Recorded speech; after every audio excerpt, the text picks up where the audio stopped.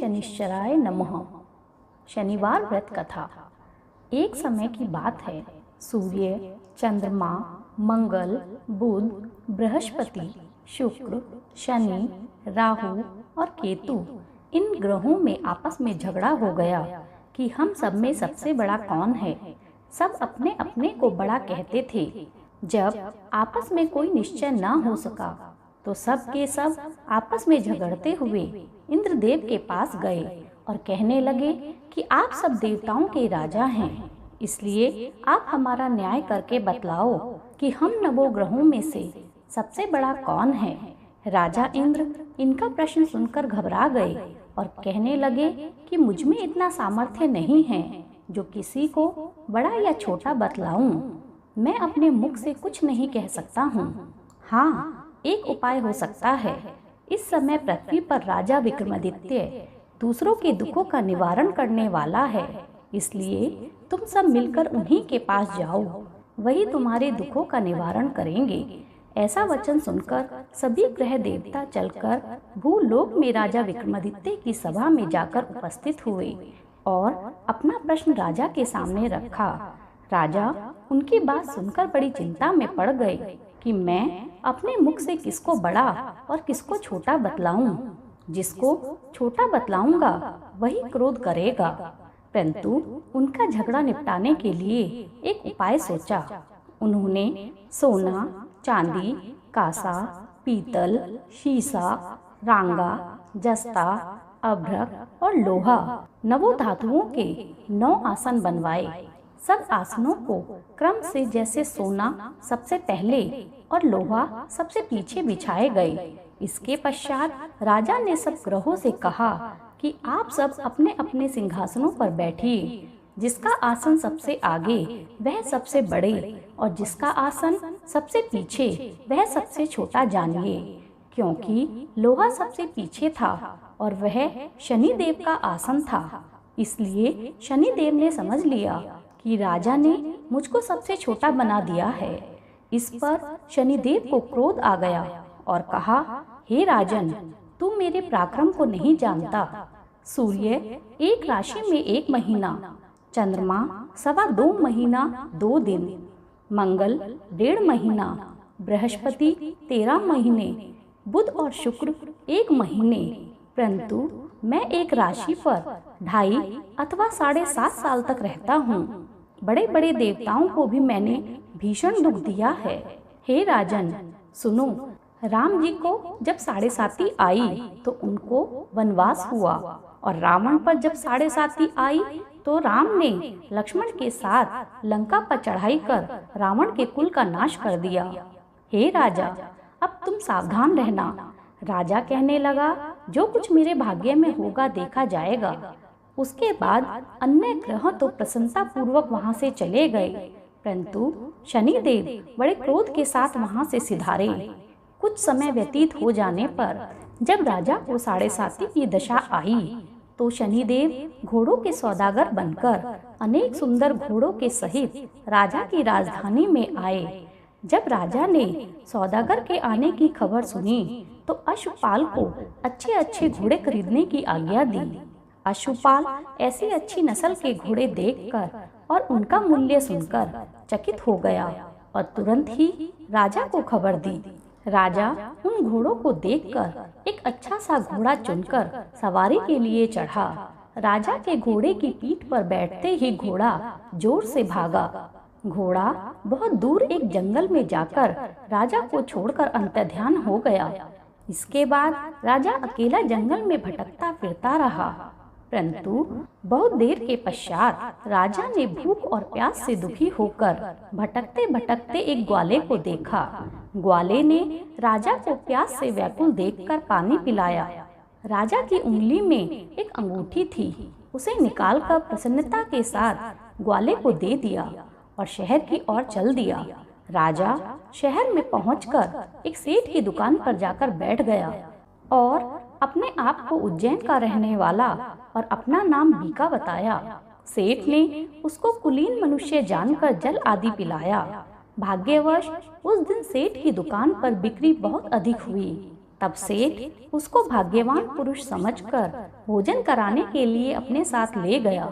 भोजन कराते समय राजा ने आश्चर्य की बात देखी कि खूंटी पर हार लटक रहा है और वह खूंटी उस हार को निगल रही है। भोजन के पश्चात कमरे में आने पर जब सेठ को कमरे में हार न मिला तो सबने यही निश्चय किया कि सिवाय बीका के और कोई इस कमरे में नहीं आया, अतः अवश्य ही उसी ने हार की चोरी की है। परंतु बीका ने हार लेने से मना कर दिया। इस पर 5-7 आदमी इकट्ठा होकर उसको फौजदार के पास ले गए। फौजदार ने उसको राजा के सामने उपस्थित कर दिया और कहा कि ये आदमी तो भला प्रतीत होता है, चोर मालूम नहीं होता, परंतु सेठ का कहना है कि इसके सिवाय और कोई घर में नहीं आया, अवश्य ही इसी ने चोरी की है। तब राजा ने आज्ञा दी कि इसके हाथ पैर काटकर चौरंगिया कर दिया जाए। राजा की आज्ञा का तुरंत पालन किया गया और बीका के हाथ पैर काट दिए गए। इस प्रकार कुछ समय व्यतीत हो जाने पर एक तेली उसको अपने घर ले गया और कोलू पर उसको बिठा दिया।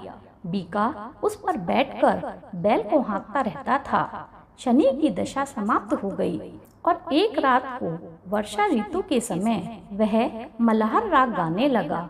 उसका गाना सुनकर उस शहर के राजा की कन्या उस राग पर मोहित हो गई और दासी को खबर देने के लिए भेजा कि शहर में कौन गा रहा है।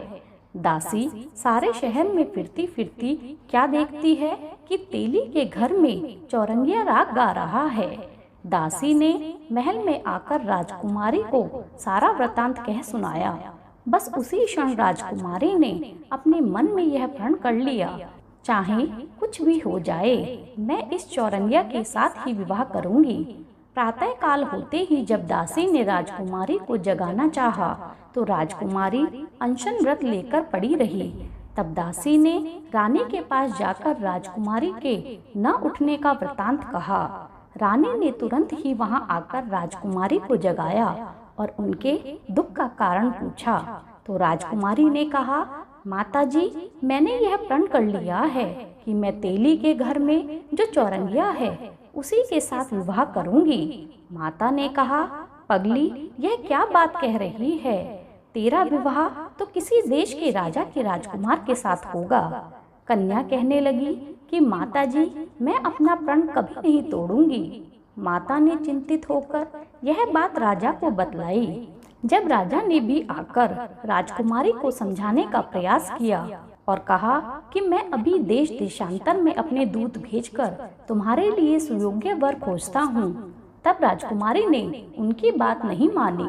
कन्या ने कहा, पिताजी, मैं अपने प्राण त्याग दूंगी, परंतु दूसरे से विवाह नहीं करूंगी। इतना सुनकर राजा ने क्रोध से कहा, यदि तेरे भाग्य में ऐसा ही लिखा है तो जैसी तेरी इच्छा वैसा ही कर।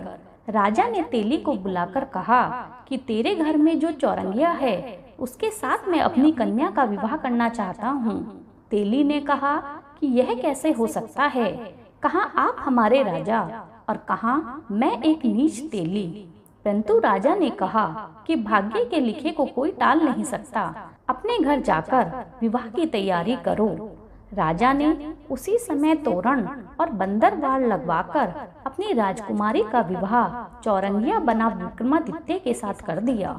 रात्रि को जब विक्रमादित्य और राजकुमारी महल में सोए तो आधी रात में शनिदेव ने विक्रमादित्य को स्वप्न में दर्शन दिए और कहा, हे राजा, कहो मुझको छोटा बताकर तुमने कितना दुख उठाया है। राजा ने शनिदेव से क्षमा मांगी। शनिदेव ने प्रसन्न होकर विक्रमादित्य के हाथ पैर लौटा दिए। तब राजा ने कहा, महाराज, मेरी प्रार्थना स्वीकार करें कि जैसा दुख आपने मुझे सौंप दिया है ऐसा और किसी को ना दें। शनिदेव ने कहा, तुम्हारी यह प्रार्थना स्वीकार है। जो मनुष्य मेरी कथा सुनेगा या कहेगा उसको मेरी दशा में कभी किसी प्रकार का दुख नहीं होगा, और जो नित्य प्रति मेरा ध्यान करेगा या चींटियों को आटा डालेगा उसके सब मनोरथ पूर्ण होंगे। इतना कहकर शनिदेव अपने धाम को चले गए। राजकुमारी की आंखें खुली और उसने राजा के हाथ पैर सही सलामत देखे तो वह आश्चर्य करने लगी। उसको देखकर राजा ने अपना समस्त हाल कहा कि मैं उज्जैन का राजा विक्रमादित्य हूँ। यह बात सुनकर राजकुमारी अत्यंत प्रसन्न हुई। प्रातः काल होने पर राजकुमारी से उसकी सखियों ने पूछा तो उसने अपने पति का समस्त वृत्तांत कह सुनाया। तब सब ने प्रसन्नता प्रकट की और कहा कि ईश्वर ने आपकी मनोकामना पूर्ण कर दी। जब सेठ ने यह बात सुनी तो वह विक्रमादित्य के पास आया और राजा विक्रमादित्य के पैरों पर गिरकर क्षमा मांगने लगा कि आप पर मैंने चोरी का झूठा दोष लगाया है, अतः आप मुझको जो दंड देना चाहें वो दें। राजा ने कहा, मुझ पर शनिदेव का कोप था, इस कारण यह सब दुख मुझे प्राप्त हुए हैं। इसमें तुम्हारा तनिक भी दोष नहीं है, तुम अपने घर वापस जाओ। सेठ बोला कि मुझे तभी शांति होगी जब आप मेरे घर चलकर प्रीतिपूर्वक भोजन करेंगे। राजा ने कहा, जैसे आपकी मर्जी। सेठ ने अपने घर जाकर अनेक प्रकार के सुंदर भोजन बनवाए और राजा विक्रमादित्य को प्रतिभोज दिया। जिस समय विक्रमादित्य भोजन कर रहे थे, एक अत्यंत आश्चर्य की बात सबको दिखाई दी। जो खूंटी पहले हार निगल रही थी, वह अब हार को उगल रही थी। जब भोजन समाप्त हो गया तो सेठ ने हाथ जोड़कर बहुत सारी मोहरें राजा को भेंट में दी और कहा कि मेरे श्री कंवर नाम की एक कन्या है, उसका पाणी ग्रहण आप करें। इसके बाद सेठ ने अपनी कन्या का विवाह राजा के साथ कर दिया और बहुत सा दान दहेज उनको दिया। इस प्रकार कुछ दिनों तक वहां निवास करने के पश्चात विक्रमादित्य ने शहर के राजा से कहा कि अब मेरी उज्जैन जाने की इच्छा है। फिर कुछ दिन बाद विदा लेकर राजकुमारी मनभावनी और सेठ की कन्या श्री कनवरी तथा दोनों जगह से मिले अनेक दास दासियों, रथ और पालकियों सहित विक्रमादित्य उज्जैन की तरफ चल दिए। जब शहर के निकट पहुँचे तो नगर वासियों ने राजा के आने की सूचना प्राप्त की तो समस्त उज्जैन की प्रजा स्वागत के लिए आई। तब बड़ी प्रसन्नता के साथ राजा अपने महल में पधारे। सारे शहर में भारी महोत्सव मनाया गया और रात्रि में दीपमाला भी की गई। दूसरे दिन राजा ने शहर में यह सूचना कराई कि शनिश्चर देवता सब ग्रहों में सर्वोपरि हैं।